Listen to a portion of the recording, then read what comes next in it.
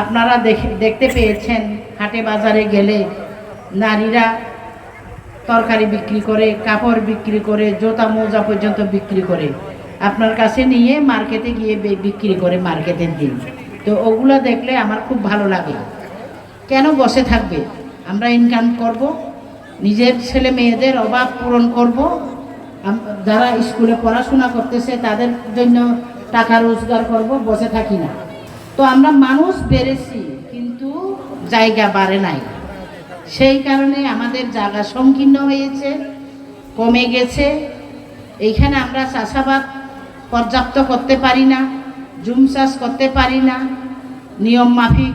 আগে জুম চাষ করতো, 10 বছর পর আরেকটাতে যাইতো, এখন 1 বছর করার পর আরেক বছর রেখে পরবর্তী বছরে আবার ওইটা করা যায়।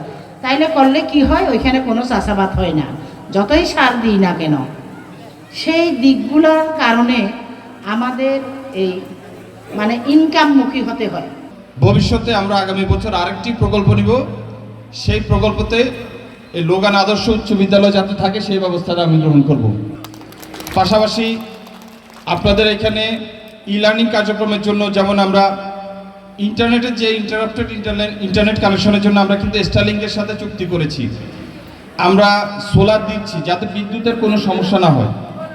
ভবিষ্যতে ঢাকার থেকে যেন বা ঢাকা বিশ্ববিদ্যালয় হোক, চট্টগ্রাম বিশ্ববিদ্যালয় হোক, যে কোনো শিক্ষক যাতে সরাসরি তোমাদের সাথে যাতে কানেক্টেড।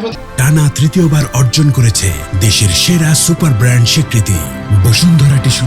আমরা যেখানে রয়েছি আমাদের সবার জন্য যেটা প্রয়োজন, একজন আরেকজনের পারস্পরিক সহযোগিতা এবং ভ্রাতৃত্ববোধ এবং সহমর্মিতা।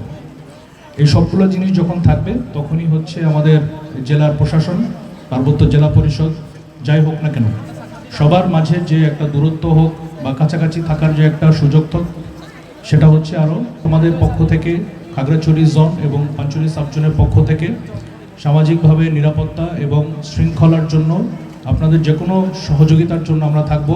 এই এলাকায় মনে হয় আমার 30 জনের মতো, 30 জন হয়তো 20 জন গরু পেয়েছে বা হয়তো 15 জন ছাগল পেয়েছে। এটা চলমান একটা কাজ, উন্নয়ন, এটাও আমরা এই এলাকার জন্য আমরা করে যাচ্ছি।